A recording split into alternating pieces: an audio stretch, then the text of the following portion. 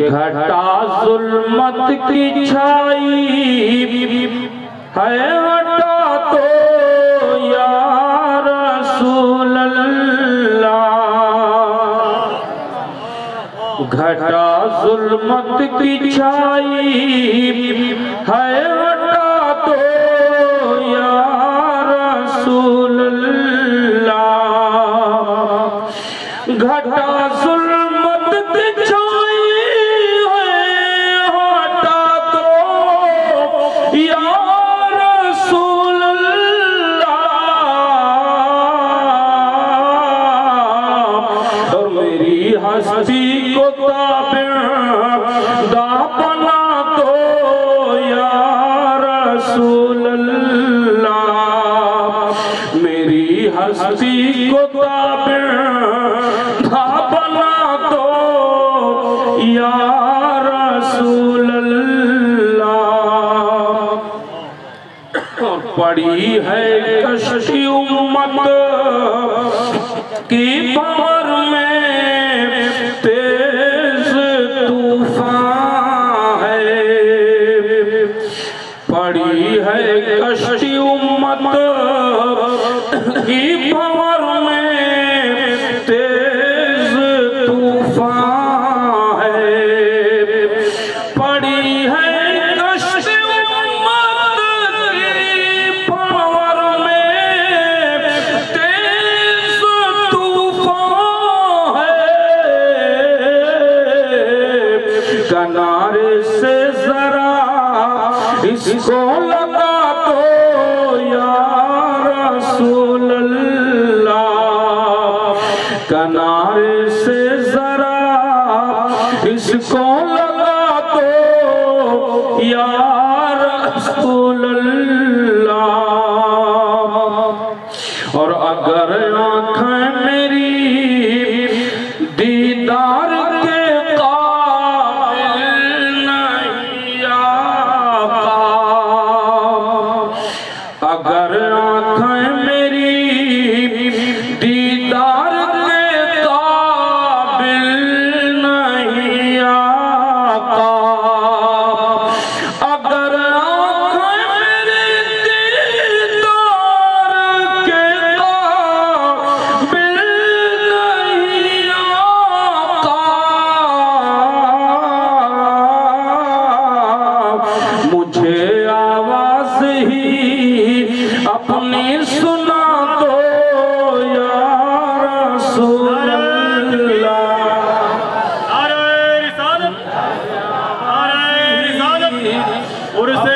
سنا دو یا رسول اللہ، اور تم ہی ہو سرور عالم، تم ہی ہو رحمت عالم، تم ہی ہو سرور عالم، تم ہی ہو رحمت عالم، تم ہی ہو سرور عالم، تم ہی ہو رحمت عالم، میری سوئی ہوئی قسمت جگا دو یا رسول اللہ،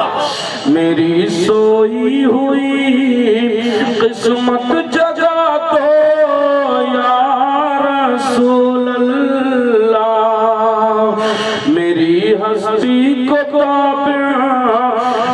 بنا دو یا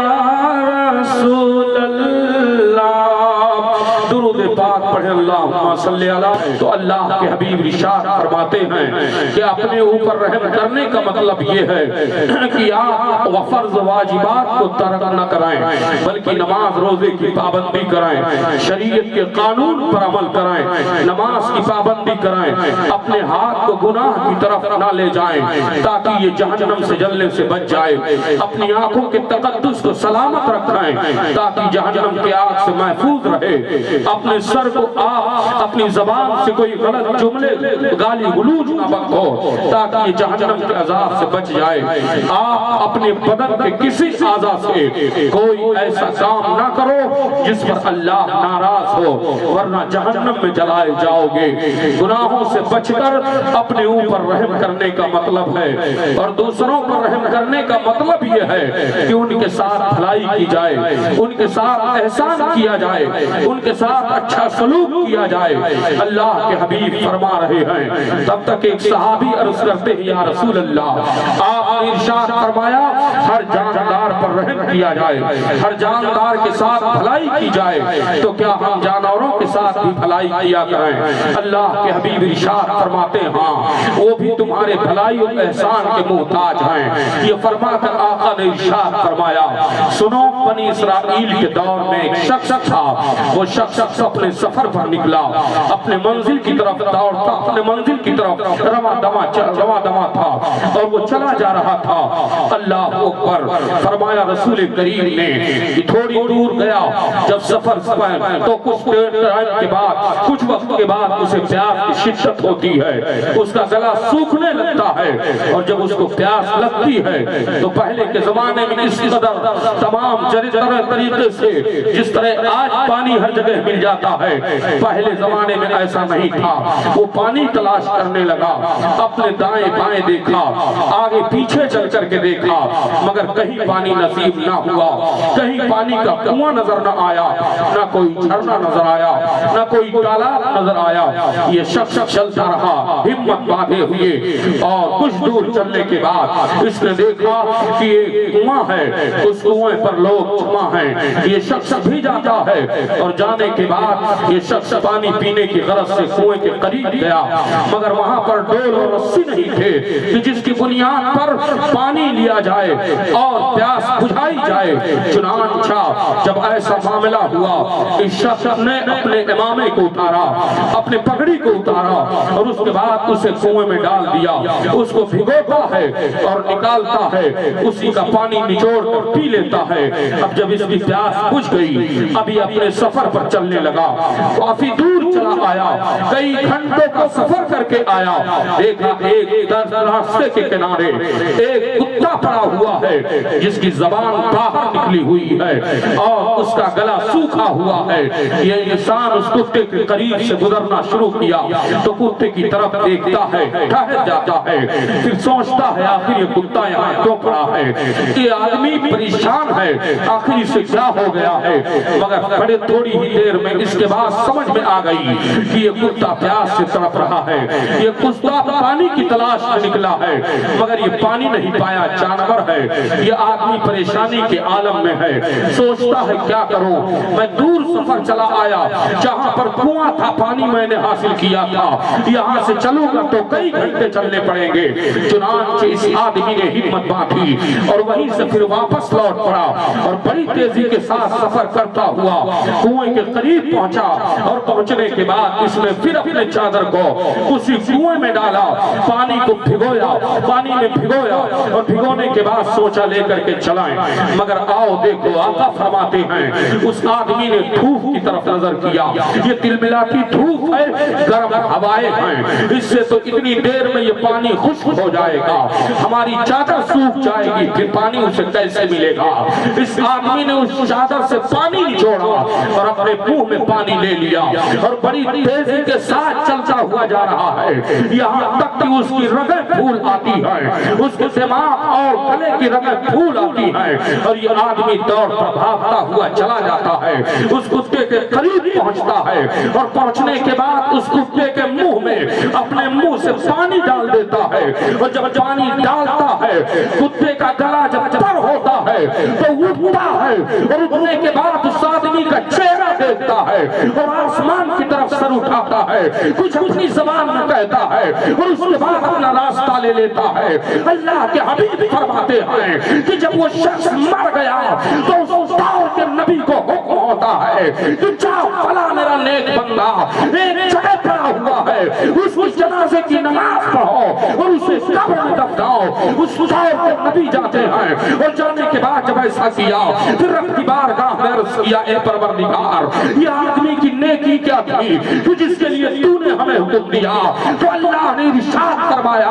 اس نے ایک بے زبان پر رحم کر دیا تھا، اسے پانی پلایا ہے۔ سرور کونین سے صحابہ عرض کرتے ہیں فداکا بی امی یا رسول اللہ، اے میرے آقا کیا ہم جانوروں پر رحم کریں تو اللہ ہمیں ثواب دیتا ہے؟ اللہ کے نبی ارشاد فرماتے ہیں ہاں جانوروں پر بھی رحم کرنے پر اللہ ثواب عطا فرماتا ہے، اللہ ثواب دیتا ہے۔ میں یہی جملہ کہہ دینا چاہتا ہوں اے مسلمانوں، کہاں وہ فرقہ پرست کے لوگ ہیں جو کہہ دیا کرتے ہیں کہ رسول اللہ کا کلمہ پڑھنے والا شدت پسند ہوتا ہے، وہ لوگوں کو مارتا ہے، اس کے اندر آتنکواد ہوتا ہے۔ قسم خدا کی مصطفیٰ کی تعلیم یہ ہے کہ انسان تو انسان ہے، جانوروں کے ساتھ رحم کرتے رہو، جانوروں کے ساتھ اچھا سلوک کرتے رہو۔ اللہ اکبر پیارے، اس نبی کونین کے غلاموں کی بات کر رہے ہو جس نے انسان کو بھلائی کا راستہ دکھایا، جس نے انسانیت کے بنی آدم کو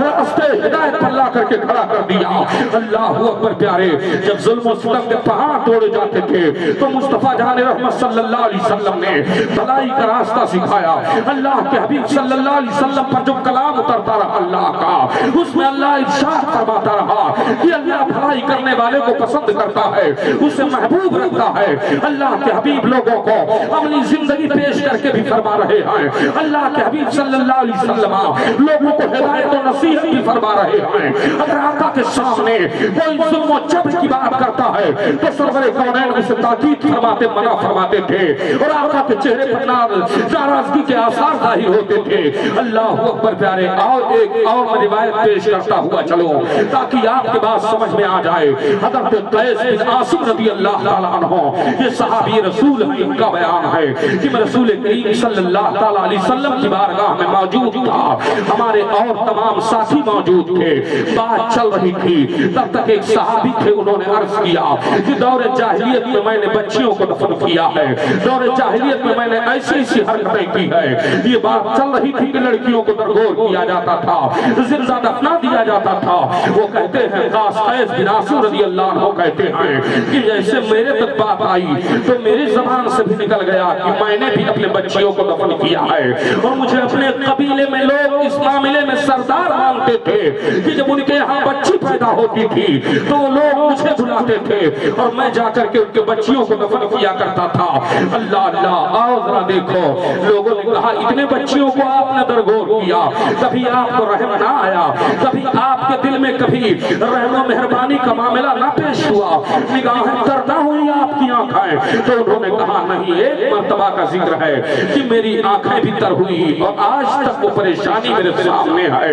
رسول کریم موجود ہیں آقا کی بارگاہ میں، یہ بیان ہو رہا ہے۔ حضرت قیس کہتے ہیں کہ سنو، معاملہ یہ ہے کہ ایک مرتبہ میں سفر پر تیار ہوا تو میری بیوی حاملہ تھی، اور ان سے میں نے کہا چلتے وقت سنو، اگر بیٹی پیدا ہوگی تو میں نے بہت لوگوں پر بچیاں ان کی دفن کر کے احسان کیا ہے، ان کو بلا لینا، وہ زندہ درگور کر دیں گے، اور اگر کوئی نہ ملے گا تو تم زندہ درگور کر دینا۔ یہ کہہ کر کے چلے گئے، اور اگر لڑکا پیدا ہو تو اسے پالنا پوشنا، یہ کہہ کر کے کہتے ہیں میں چلا گیا، اور کئی مہینوں کے بعد تجارت کر کے جب سفر سے واپس آیا اور جب میں واپس پہنچتا ہوں پیارے تو وہ کہتے ہیں سنو، معاملہ یہ ہوا کہ جیسے میں نے گھر کے دروازے کے اندر قدم رکھا، میری بیوی نے پانی پیش کیا، خیر مقدم میرا کیا، میرا حال چال پوچھا۔ میں نے پوچھا اے میری بیوی پہلے یہ بتاؤ کہ جو بچی میں چھوڑ کر کے گیا تھا اس کا کیا، جو حمل تمہارے پاس جو تمہیں چھوڑ کر کے حاملہ گیا تھا اس حمل کا کیا ہوا، اس سے کیا پیدا ہوا؟ تو ان کی بیوی کہتی ہے پہلے آپ پانی پی لو، پہلے آپ کھانا کھا لو، پہلے آپ صحیح سلامت بیٹھ جاؤ، آپ سفر کے تھکان سے چور ہو، آپ آرام کر لو۔ پھر بتاتی ہیں کہا نہیں، پہلے بتاؤ تب ہم پانی پیئیں گے، پہلے بتاؤ تب ہم کھانا کھائیں گے۔ بیوی کی آنکھوں میں آنسو آنے لگے، اس نے کہا اے میرے شوہر، میں نے اس بیٹی کو جو پیدا ہوئی تھی زندہ درگور کروا دیا۔ یہ کہا انہوں نے، اور اس کے بعد جیسے انہوں نے پیالہ لیا اور پانی کا پیالہ منہ کو لگایا تو کہتے ہیں اتنے میں میرے گھر کے اندر سے ایک بچی ننھی سی دوڑتی ہوئی اپنے قدموں سے بھاگتی چلی آئی، اور امی امی کہہ کے اپنے ماں سے لپٹ جاتی ہے۔ جب میں نے یہ دیکھا تو میرے غصے کی انتہا نہ رہی. میں نے کہا یہ کس کی بچی ہے؟ میری بیوی نے اسے اپنے سینے سے لگا لیا, روتے ہوئے دونوں گھٹنوں کو زمین پر ٹیک دیا اور مجھ سے فریاد کر رہی تھی, اے میرے شوہر, اے میرے آقا, اے میرے شوہر, میری بچی کو نہ مارنا. دیکھو کتنی پیاری بچی ہے, دیکھو چہرہ کتنا بھولا ہے, کس طرح میٹھی زبان بولتی ہے, اس کا چہرہ دیکھو. میں نے اس کو پال لیا, میں سوچا میں نے کہ اس کو زندہ درگور کرا دو, مگر ماں کی ممتا کہاں جو اپنی بچی کو زندہ درگور کرا دیتی. اس لیے میں نے ممتا کے آنچل کے سائے میں اسے پال لیا ہے. اے میرے شوہر, میری بچی کو اب آپ نہ سکھانا. شوہر نے بچی کا ہاتھ پکڑا, بیوی نے ان کے پیروں کو پکڑ لیا. کہتے ہیں میری بیوی فریاد کرنے لگی, میں اپنی بیوی کی بچی کو لے کر کے چلی جاؤں گی, اسے کہیں اور لے کر کے چلی جاؤں گی, اسے مت مارو, میں اسے اپنے بہن کو دے دوں گی, وہ پالے پوچھے گی, مگر آپ کے گھر وہ نہیں آئے گی. انہوں نے کہا نہیں, یہ ہمارے دستور کے خلاف ہے, یہ ہمارے رسول کے خلاف ہے, ہم ایسا نہیں ہونے دیں گے. اللہ اکبر پیارے, وہ بیان کرتے چلے جا رہے ہیں. وہ کہتے ہیں کہ میری بیوی نے بہت ضد کر لیا, میرے قدموں میں سر رکھ دیا. تو میں نے کہا اچھا ٹھیک ہے, تھوڑی دیر مجھے سوچنے کا موقع دو. اس کے بعد کہتے ہیں سنو, میری بیوی نے بڑے حوصلے سے اور بہت خوشی سے میری بات کو تسلیم کیا. جب شام کا وقت ہونے لگا, قیس کہتے ہیں کہ میں نے اپنی بیوی سے کہا اچھا ایک بات بتاؤ, اپنی بیٹی کو اپنی بہن کے یہاں چھوڑنے کے لیے کہہ رہی تھی, اسے سجا دو, اسے اچھے کپڑے پہنا دو, اور میں لے جاؤں اس کو چھوڑ کر کے چپچے سے چلا آؤں, تاکہ کوئی مجھے